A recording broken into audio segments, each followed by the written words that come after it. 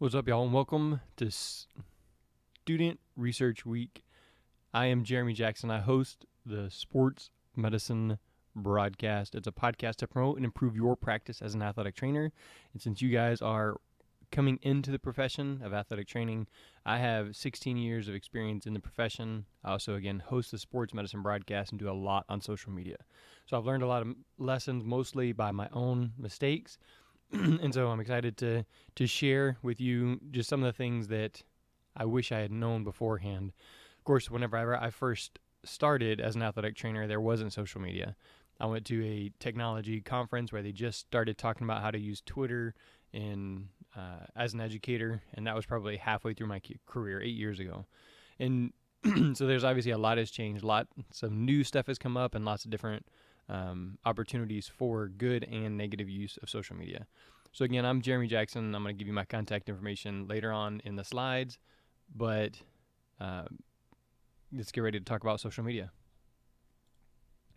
All right, what I want you to learn today is to understand the role of social media in the profession and how it can help you grow and see. And so as an athletic trainer, I work here in Texas, in Houston, so it's a big city. So I get the teacher salary, and currently I'm making close to $80,000. There's people in Texas who are making far less with the same year's experience, and there's also people outside of the state who are working far more, making far less with roughly the same number of years. There's also people who are making more, working less, and have bettered their situation. But understanding the environment where others work, where other athletic trainers are struggling, has really helped me grow and understand my situation and how I can improve my situation and how I can share my stories and failures and help others. And so then we also want you to understand the hazards of using social media. Just this last year, I hired a new coworker, and I ruled people out based on their social media profiles. If it was stuff that I didn't feel like fit with our vision here at my school, if I feel like it didn't fit with who I was and what we're trying to do here for sports medicine, then I said, okay, well, you're probably not going to be that person, right? And then implement a basic strategy, because as I'm going to show you here in a second, employers want to see that you're on social media and that you match up in real life with who you say you are on paper. So once you put something out there on social media, it's always out there. There's always archive or screenshots, or somebody's going to dig it up. And we've seen that a lot with athletes that, in 2010 posted some sort of video that was either, like the blackface thing or something like that may have been socially acceptable at the time, but now you'll get drug under the bus and hung for it, right? So anything that you post out there will stay out there. Think about that. And you'll see at the end where we give some of those examples. Again, if you want to get a hold of me, most of the time I'm Mr. Jeremy Jackson on social media. So if I have an account there, then that's where you can find me. Again, Mr. Jeremy Jackson. Or on Instagram, you can follow Sports Medicine Broadcast, or even on Facebook, Sports Medicine Broadcast. And you can connect with me any of those ways. And again, like I said, some of these issues I continue to have, and that's why I continue to know it's important. I can see them, and most of the time it's after I've already posted it and can't take it back that I realize these mistakes. Here's what I want you to do. We're going to go over these, show some examples, and then go back over them at the end. Know why you're doing it. Why are you getting on social media? If it's to find a job, find employers to connect, good. If it's to learn, good. If it's to vent or rant, probably not good. If it's to engage in professional discussion or development, good. But know your why. Know why you're doing it, and that's really important. So recently, Thomas Borkowski, he's posted some of his struggles on Twitter, how he couldn't get a job as an athletic trainer. He couldn't find a job as an athletic trainer. So then he started following every sports medicine related professional on social media that he could. Then, through the interactions there, he got some leads, he got some links, he got a job. And again, he's posted about how the place where he's working now, they didn't have an athletic trainer. And he said, I promise you that I will be the hardest working person and I will continue to grow, and I will not disappoint you. And so far, he hasn't. He's won some awards and done some really great things at his school. Again, know why you're doing it and continue to stay with that why. If you're not using social media, then start with one of them. Like I said, there's Instagram, Facebook, Twitter, Snapchat, LinkedIn, Reddit. There's all sorts of different social media platforms. I would start with one. Start with one and grow from there. Get really good at one and grow from there. Know what your limits are. If you have a problem connecting with people in real life because you stay on your phone, then you need to identify those and put barriers in place, whether that's a timer on your phone, whether it's deleting it from your phone. But again, know your limits and live within those. Be yourself, because as I mentioned earlier, I want to see that who you are on paper is who you are on social media, is who you are when I call your references. I want to see those three line up. I don't want to see somebody say, well, he's a party animal, I loved hanging out with that guy, and then on your resume, I don't drink, I don't smoke, whatever it is. So I want to see those things line up as an employer. I want to see that who you are fits with a good example for the people that we are leading. I want you to remember that there are people on the other side. So right now, political climate, Trump, impeachment. If you go out there bashing, I hate Trump, I love Trump, I hate Trump, I love Trump, whatever it is, and then somebody comments on that, and then y'all go back and forth, and you're stupid for this, those are real people. It's not just some anonymous Twitter bot or anonymous Facebook thing. Those are real people who have it has a real impact on their life. And it can have a real impact on your life. You see stories of 11-year-olds being bullied on social media, committing suicide. There are real people on the other side of social media. You want to make sure you check your spelling. This is the one that I'm the worst with. I'm going to show you some tools that help that, but I use swipe, and so the autocorrect a lot will get me. Like I'll swipe one word, and for some reason it'll say some random word that I've never ever once typed in my life, but it'll add that in. Or it'll just, instead of God, it'll say good or whatever it is, and I just forget to check those. So check your spelling. Again, once you put it out there, you can't necessarily take it back.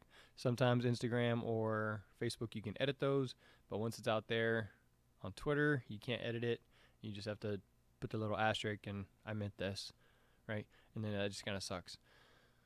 And as a medical professional, as a sports medicine professional, you're working with patients. It doesn't matter if they're adults or minors. You have to protect their privacy. And we're going to talk some more details about that. But if there's ever a question, don't post it. Don't post specific details. Don't post it. Protect their privacy.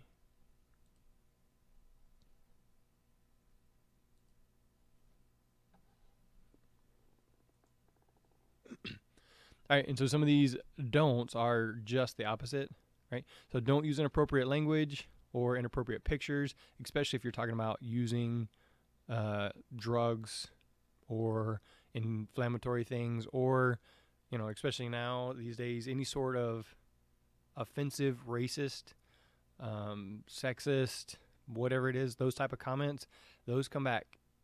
Those come back. So be intentional, right? So make sure that your social media account reflects who you really are. You want to don't share pictures or videos with details of any injury.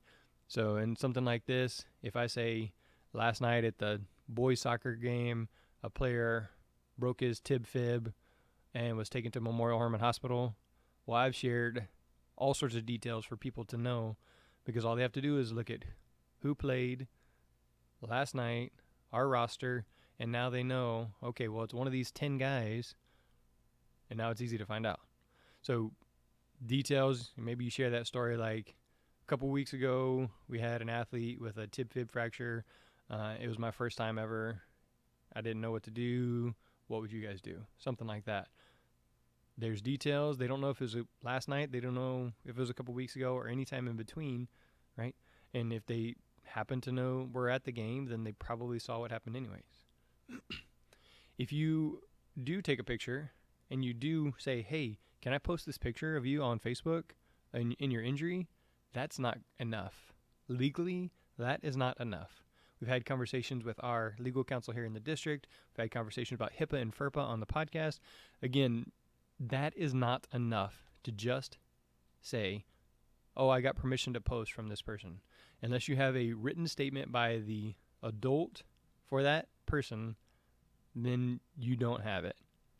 Got it? And I would, again, make sure that that statement meets where your employer's legal department's standards.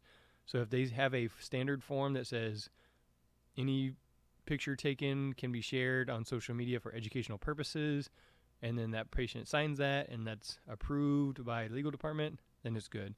But again, just someone saying, yeah, you can post a picture isn't good enough, because then it becomes your word versus theirs. And again, don't forget, it's real people on the other side. It's real people on the other side.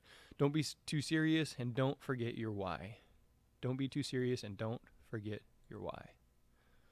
So 70% of candidates are screened on social media, and then 43% of employers are kind of checking up on you on social media. So again, don't post provocative or inappropriate content or stuff about drinking or using drugs or discriminatory comments. Okay, so these are some things from Career Builder, for Entrepreneur.com, from CNBC. So some good articles you can check out there, but really there's the content. Make sure that your social media matches up with who you are, and then if you need to change who you are or the way you interact in public, then make those changes. But realize that people are looking. Like I said, I looked through social media to find out info about potential candidates, people who I was going to be working with, and the person that I chose, I am extremely happy with. She had a social media presence, not a whole lot on there. I have been completely pleased with everything, every interaction with my coworker. And again, we worked together for hours every day. I think that it helped. I think that it helped me rule out some people who were questionable and I would have had to be concerned about. 47% say that they were less likely to call somebody if they weren't on social media. So if you just say, okay, well, my social media is all bad, I'm going to delete it all. Well, the employers, if you can't find anything out about them, then they might not be willing to give you a shot, because they want to see if who you are on paper and who you are in the references is who you are in your everyday social media life. Got it? So like I said, my coworker, she had a minimal social media presence. It was just pictures, posts of her family, and that kind of thing. But it wasn't anything crazy. It wasn't anything that discouraged me from interviewing and contacting her. So make sure that you have one. If you want to keep it professional, make sure it's only, whatever your name is, Jeremy Jackson, athletic trainer. Make sure what you post on there reflects who you are and what you want and potential employers to see, as well. As we're talking about, be real, be yourself. Don't try to be somebody else. It's super important. Athletic trainers can get jaded, in that old coach mentality or, EMS type mentality to where, everything's just the same. It's just routine. You need to just suck it up. That's not who we are. As healthcare professionals, our job is not to tell somebody to suck it up. It is not who we are. Our job is to help them identify what's wrong, to help them fix what's wrong, and to help them move forward and help them return to play in whatever form or fashion that is. Our job is not to tell them to suck it up.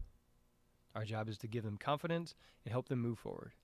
So here's an example of an athletic trainer posting, my kids are crying about a hangnail, and then this professional athlete is getting shots for this other stuff, injections before the game.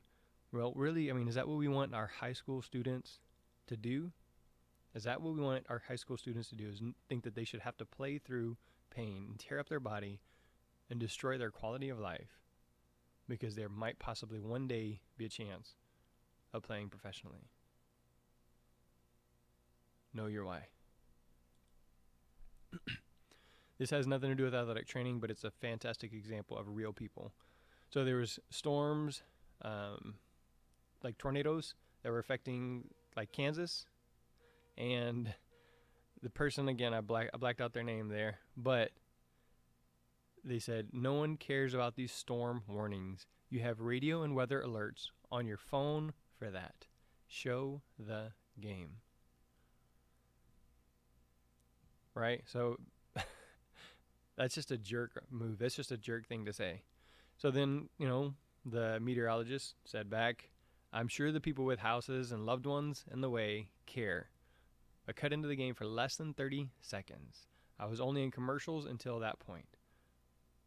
Please learn some empathy for your fellow people in Kansas. It's a freaking sports game on TV, and you're saying it's more important than people's lives and their homes and their families?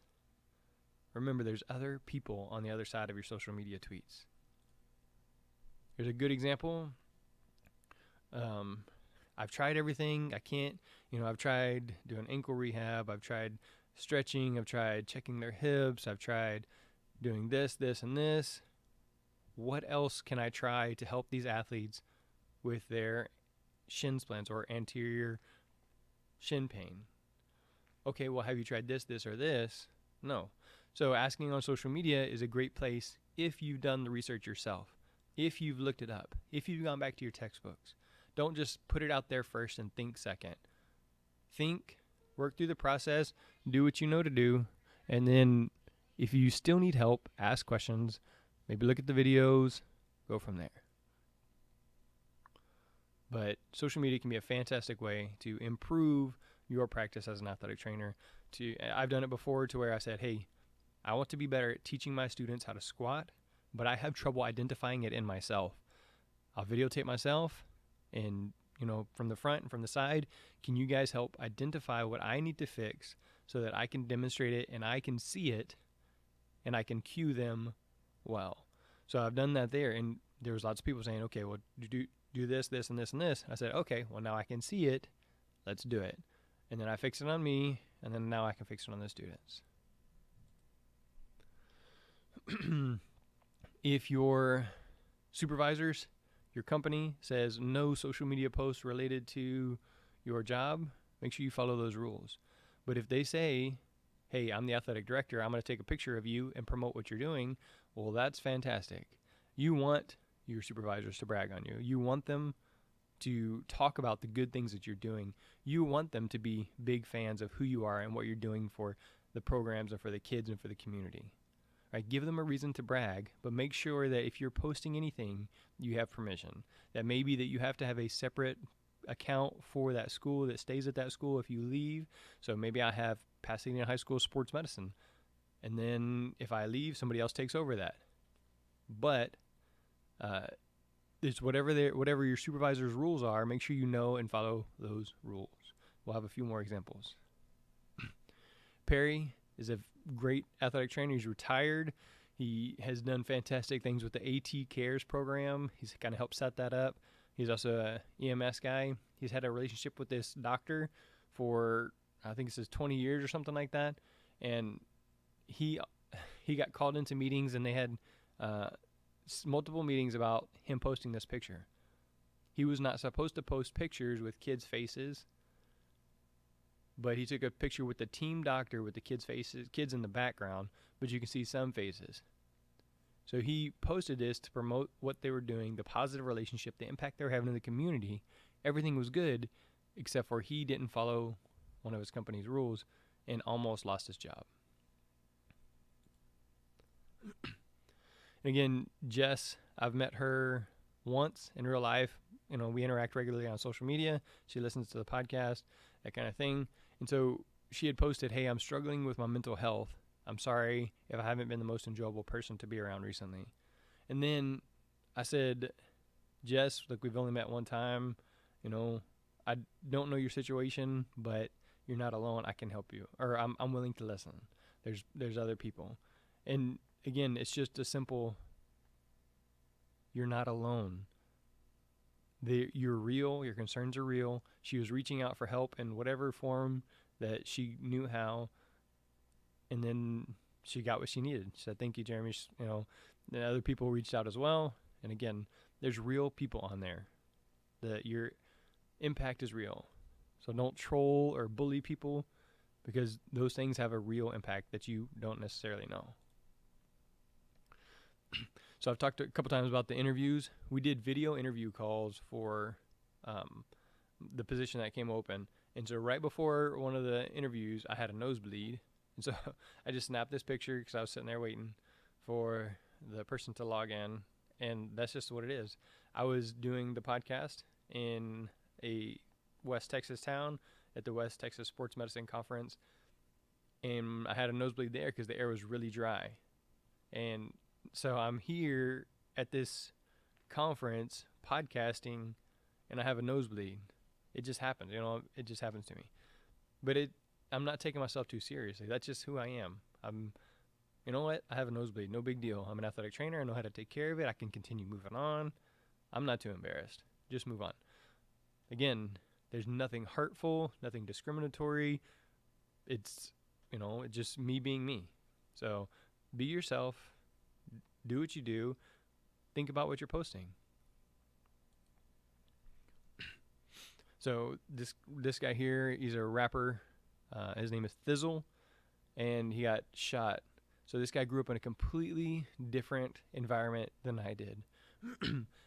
Black man growing up inner city on welfare, drugs, getting kicked out of school, stealing cars, got shot when he was being robbed at a grocery store, right?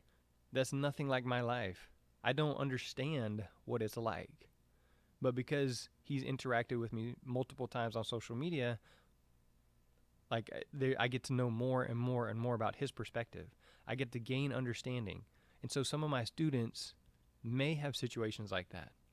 But because I'm interacting and he is responding back, somebody that I kind of respect and look up to, he is responding back, it makes me buy in more, right? If I just tweet to Kanye West all the time and he never says anything back, well, then it's kind of like, well, whatever. He's too big, too important. He's not a real person. But when you interact with people and don't just post or don't just troll, then you build that connection and you get to gain understanding. So, again, knowing your limits is important. I don't download video games onto my phone because in my life I have issues with focusing my attention on that video game. Like if the TV's on at home, then I have trouble paying attention to my wife or my kids. So I'll turn that off. I'll walk into a different room, something like that. So I know what my limits are for those things. So most of the time when I get home, I put my keys and my phone in the other room. Then I spend time with my wife and my kids. Then I may go pick it back up later. Or I may pick up my phone and, we're looking up some video or instructions on how to do something. But if I have the phone on me or in my hand, I'm a lot more likely to jump on social media or check email or text or whatever it is. So I know that that's an issue for me. I know my limits. I know that I have to create that separation or it becomes a problem. Again, know what your limits are and set boundaries in place to prevent you from this being a problem. All right, so I'm going to read this one. So the coach texts the athletic trainer, "Can we get Powerade daily?" And the athletic trainer responded to this, says, "No, laugh as I," and then, this was her social media post, and said, "Laugh as I start to walking away. Think this dude is crazy." The coach, "But it's really hot out now." And then the athletic trainer, "Well, coach, considering you have gave me nothing, no shirt, no hat, no nothing, I'm going to have to say no." And the ag teacher and half the office staff got a shirt. "So you want me to spend over $100 giving you my Powerade that I need for the first 2 months of football? I'm going to have to say nope." Okay, so there's so much going on right there. One, is it really your money or is it the school budget? Two, is it really your Powerade 3, is the coach required to give you stuff? 4, have you done anything to build that relationship? 5, is football more important than baseball? Are you treating people the same? What does the shirt have to do with anything on how you treat the patients? On how you provide and prevent dehydration? Yes, I understand baseball does do a lot of standing around. During their games, I wouldn't argue that they need Gatorade. But during practice, they might be running a lot. They might be doing a lot of power and explosive work, and it would be helpful. But why? Why would you treat patients differently because you didn't get a shirt? And then later on it goes to talk about how she was complaining about getting a white shirt instead of a gray or black shirt, right? Because now her sports bra can be seen through that white shirt. So it wasn't even good enough that she got a shirt, it just wasn't the right color for her. So you got to make that decision. Again, ask questions, be thankful for what you get. Treat all your patients the same regardless of the coach or the situation. Treat them all the same. Give them all the same opportunity for quality health care. And then certainly don't post about it. If you got an issue, call, text a mentor, a friend, but don't post about it on social media. If I saw this on your social media profile and you were coming to me for a job, you wouldn't be hired. This one just comes with don't be dumb. That's all. Don't be dumb. So a WV student athletic trainer posted something about Obama and said, "That black man." That student athletic trainer was removed from the program because of the racist, discriminatory, the offensiveness, just the stupidity. Don't be dumb. That's it. I mean, you can share your opinions. You can do it respectfully. It's part of learning. I've learned a lot through social media how to communicate respectfully. Just don't be dumb. Or I should say don't be stupid on this one. There's a nurse that was tagging her hospital whenever she was saying, "I'm so bored at work, I wish somebody would code," also known as die, so that I would have something to do, so that I can rush in and try and save their life because I'm bored. I want somebody to die, to go through unbelievable trauma so that I would not be bored. Oh yeah, I'm funny. Let me tag my hospital. That's just stupid. This person was fired, removed from their job. Don't be stupid. On a similar note, if you were to listen to the podcast recently, I did one that was called Communicate and Grow. And I was talking about a situation I had with a coach and how we communicated to work out a solution. Because it wasn't working for him what we were doing for providing water. We created a solution because we communicated. And then I also mentioned how I said that I hate football. I posted like on Twitter or Facebook, like in one of the groups on social media a couple years ago, because at the time I did. There was nothing about it that I enjoyed. But I realized that when I post those things, it negatively impacts the perception of me and my staff and my job and the patient's perspective of me and the care that I can provide for them. So I don't post things like that. I enjoy football. I enjoy the coaches. I enjoy the kids.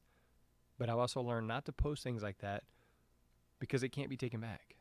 I can admit to it. I can admit to what I did. I said it. And I don't even know if you could go back and find it. But I've learned not to post things like that because it's never really private. I should have talked to somebody. I should have just mentioned it to somebody. Say, "Hey man, I'm really frustrated. I'm really struggling." But posting it on social media puts it out there for everybody. So some tips and tricks. If you're not using social media, join one of them. Twitter is really easy. You can just start following some people. Watch, read, and then start interacting and engaging.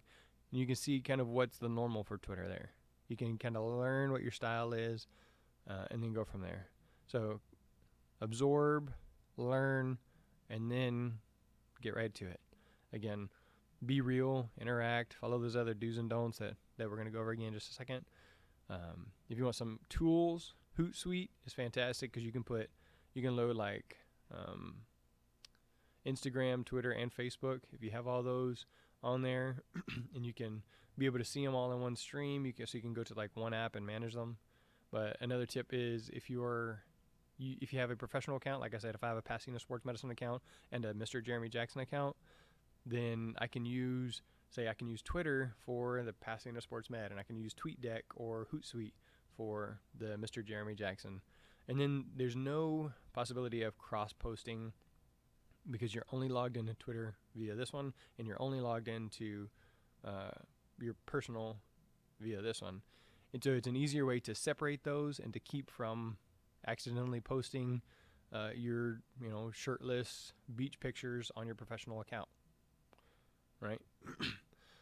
And then there's tools like Grammarly and Phrase Express that will really help with your spelling, your grammar, and then with Phrase Express, I could type in SMB, all caps. If I type that in my Phrase Express, then it automatically fills that to sports medicine broadcast. Because there's times where my fingers are moving slower than my brain, or my brain is moving slower than my fingers, and I just type those wrong. I know how to spell it, I just type them wrong, but I don't go back and check it. And so if I know that those tools can help me improve my grammar and my typing and my perception, then I'm going to use those tools whenever possible. So again, Grammarly and Phrase Express are really good. And if you're using a Mac, there's another one called Text Expander. Again, there's a free version for Phrase Express, and you'd have to look into Text Expander and see. But those tools can help save you time and improve your spelling and grammar. Again, we're going to go through the do these. Know your why. Make sure you do. Start with one. Know your limits. Be yourself. Remember, there are real people on the other side. Check your spelling and protect patient privacy. So, what is your next step? I've already shared with you, again, most social media. I'm Mr. Jeremy Jackson or sportsmedicinebroadcast.com. There's a way to check out all my social media contacts, and then share with me, what are you going to do? What are you doing to improve your social media presence? What are you going to change? Are you going to create a professional account, a professional profile, and then keep your personal profile locked? Okay, maybe you do that. Create a professional profile, but now you're managing 2 accounts. So think about what you're doing. Remember, once it's out there, it can't be taken back. Social media, I am Mr. Jeremy Jackson. Reach out to me, email me, tweet, Facebook, Instagram, whichever one you're on. Message me, and then let me know what you're doing. So for Jeremy Jackson, athletic trainer, Pasadena High School, 16 years, multiple social media accounts, multiple lessons learned the hard way. Think about what you're doing on social media. And for my Research Week presentation, that is a wrap.